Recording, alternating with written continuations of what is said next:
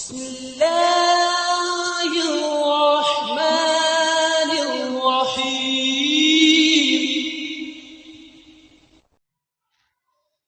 بھائی نے 72 فرقوں کے والی جو حدیث ہے اس کے بارے میں سوال پوچھا ہے کہ اس کے تناظر میں ہم صحیح جماعت یا فرقہ کس طرح تلاش کریں کہ باقیوں کو کیا سمجھیں۔ دیکھیں، یہ ایک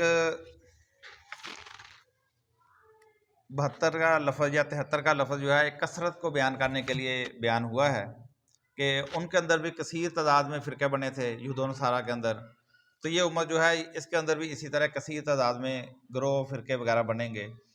تو یہ ایک وارننگ تھی کہ کہیں تم یہ کام کرنا نہ شروع کر دینا۔ مقصد یہ تھا کہ تم یہ کام کہیں کرنا نہ شروع کر دینا، یہ گمراہی کی علامت تھی، یہ اچھائی کی کوئی علامت نہیں تھی۔ تو اب صحابہ نے نبی علیہ السلام فرمایا کہ سارے وہ جہنم میں جائیں گے، سارے جہنم میں جائیں گے سوائے ایک گروہ کے، الا ملۃ واحدہ، یا ایک حدیث کے اندر الا فرقہ واحدہ۔ تو فرقہ کا لفظی معنی بھی ایک گروہ یا جماعت کو ہی کہتے ہیں۔ فرقہ کا لفظی معنی بھی گروہ، جماعت، تنظیم، یہ عربی کے اندر اس کا یہی معنی ہی ہے۔ تو اس لیے وہاں ایک حدیث کے اندر الا ملۃ واحدہ، ایک مطلب الا فرقہ واحدہ، سوائے ایک فرقے کے یا ایک جماعت کے یا ایک گروہ کے۔ تو صحابہ نے پوچھا کہ وہ کون؟ تو فرمایا کہ ما انا علیہ و صحابی، یعنی جو میرے صحابہ کے طریقے کے اوپر ہوگا وہ کامیاب ہو جائے گا۔ تو اب یہ دیکھیں کہ یہاں پہ اللہ کے نبی صلی اللہ علیہ وسلم نے کسی جماعت یا گروہ کا نام نہیں لیا۔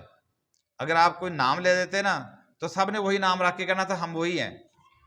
تو اللہ کے نبی صلی اللہ علیہ وسلم نے ایک کردار کا ذکر کیا ہے، کردار کا، کہ ما انا علیہ و صحابی، یعنی جس طریقے کے اوپر میں ہوں اور جس کے اوپر میرے صحابہ کرام ہوں گے وہ کامیاب ہو جائیں گے۔ تو یہاں بھی یہ بتا دیا گیا کہ جو کامیابی کی بنیاد ہے وہ کوئی گروہ یا فرقہ نہیں ہے، یہاں بھی بیان کیا گیا۔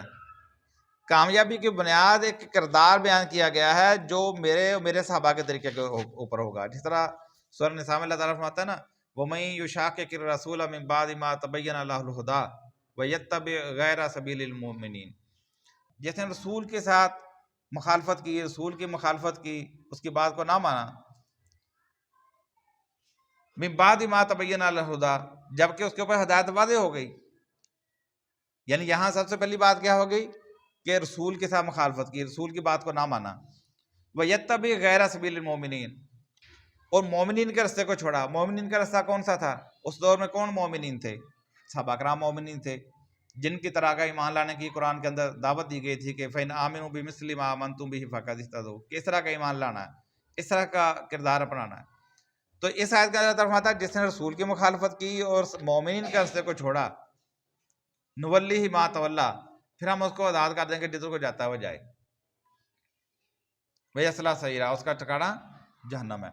تو اب یہ دیکھیں کہ اس آیت کے اندر بھی یہی بات آ رہی ہے کہ رسول کی بات ماننی ہے اور صحابہ کے طریقے کو بچلنا ہے، اور اس حدیث کے اندر بھی یہی بات آ رہی ہے ما انا علیہ و صحابی، جو میرے صحابہ کے طریقے کے اوپر ہوگا، کیونکہ قرآن سارا جو ہے وہ رسول اللہ صلی اللہ علیہ وسلم نے عملی شکل میں خود اس کے اوپر عمل کیا، صحابہ کو دیا، صحابہ نے بحیثیت سنت اس کو اپنایا۔ تو ہمیں ہمارے پاس دین کا اگر بنیادی مؤخذ دیکھا جائے تو وہ محمد رسول اللہ صلی اللہ علیہ وسلم کی ذات ہے، اور اس کے بعد جو سب سے پہلی جماعت عمل کرنے والے صحابہ کرام ہیں۔ تو لہذا اللہ کے رسول صلی اللہ علیہ وسلم اور صحابہ کرام نے جس دین کو اپنایا، جو اس کو اپنائے گا وہ کامیاب ہوگا وہ اللہ کے ہاں۔ تو لہذا ہر گروہ کے اندر، آپ یہ ہمارے عام طور پہ ذہن میں یہ آتا ہے کہ ہر گروہ، ہر فرقے کے اندر، ہر تنظیم کے اندر جو لوگ ہوتے ہیں وہ اس فرقے کے 100% پیروکار ہوتے ہیں۔ 100% پیروکار نہیں ہوتے، ان کے اندر بھی ان کے ساتھ بہت سارے معاملات میں اختلاف رائے رکھنے والے موجود ہوتے ہیں، لیکن اگلا مسئلہ ان کا یہ ہوتا ہے کہ ان کو اس کے علاوہ کہ اور صحیح نظر نہیں آ رہا ہوتا۔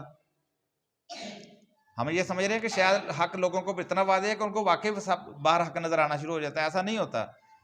وہ کیونکہ اس کی اٹھان اور اس کی تربیت اسی گروہ فرقے کے اندر ہوئی ہوتی ہے، تو لہذا وہ ذہنی طور پر ان کی بہت ساری چیزوں سے بیزار بھی ہوتا ہے، لیکن آگے اس کو نہیں سمجھ آ رہی کہ کدھر جانا ہے، تو لہذا وہ اس گروہ کی جن غلط چیزوں سے بیزار ہو کے ان سے الگ رہتا ہے، اور جس چیز کو وہ قرآن و سنت یا اللہ کا طریقہ اور نبی صحابہ کرام کا، اللہ کے رسول کا طریقہ، صحابہ کرام کا طریقہ سمجھ رہا، اس کو وہ قبول کر رہا ہوتا ہے، تو اللہ کے ہاں وہ کامیاب ہوگا۔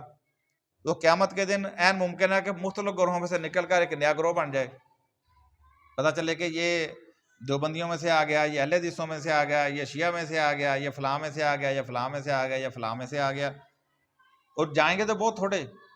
یعنی یہ حدیث بھی بتا رہی ہے کہ اکثریت جہنم میں جائے گی، قرآن بھی یہ بتاتا ہے کہ اکثریت جہنم کے اندر جائے گی، تو بہت تھوڑے لوگ، ایک حدیث کے اندر ہے کہ 1000 میں سے ایک بندہ جائے گا، تو اتنے کم لوگ جنت کے اندر جائیں گے. تو وہ بہت کم لمیٹڈ لوگ ہوں گے جو بظاہر کسی ایک گروہ کے اندر تو تھے، اس کی پیدائش اس گروہ کے اندر ہو گئی، لوگوں کے اندر شناخت، لیکن وہ اپنے اس گروہ کی غلط باتوں سے، گمراہی کی باتوں سے بیزار تھے، ذہنی طور پہ ہم خیال نہیں تھے، تو اللہ کے ہاں وہ کامیاب سمجھے جائیں گے. ٹھیک ہے نا. تو یہ حدیث ہمیں یہ بتا رہی ہے، جس طرح قرآن بھی ہمیں یہ بتاتا ہے کہ آپ نے جہاں بھی ہیں، آپ نے نیکی و تقویٰ کے جو کام ہیں ان میں تعاون کرنا ہے، جو نافرمانی کے کام ہیں، شر کے کام ہیں، اللہ اس کے رسول کی مخالفت والے کام ہیں، اسے اجتناب کرنا ہے. تو یہ جو اس کے اوپر عمل کرنے والے لوگ ہوں گے، صحیح العقیدہ لوگ ہوں گے، وہ ایک گروہ ہیں اللہ کے ہاں. قیامت کے اللہ تعالیٰ ان سب کو نکال لائے گا. ٹھیک ہے نا جی. اصل یہی چیز ہے.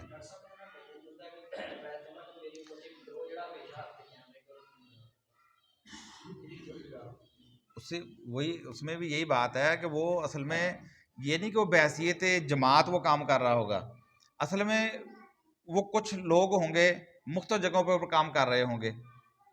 ٹھیک ہے نا. امام بخاری جب اس حدیث کو لے کے آتا ہے وہ کہتا ہے وَهُمْ أَهْلُ الْعِلْمِ، اس سے مراد اہل علم لوگ ہیں، یعنی جو علم والے لوگ ہیں، جو اپنے ہر دور کے اندر باطل کو اوپر ضرب لگا رہے ہوں گے، اپنے مخالفین کا دلائل کے ساتھ مقابلہ کر رہے ہوں گے، اور وہ باطل اس کا کوئی کچھ نہیں بگاڑ سکے گا، اس کے دلائل کا کوئی توڑ نہیں کر سکے گا.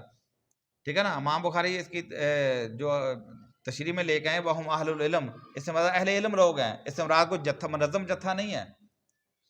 ٹھیک ہے نا جی.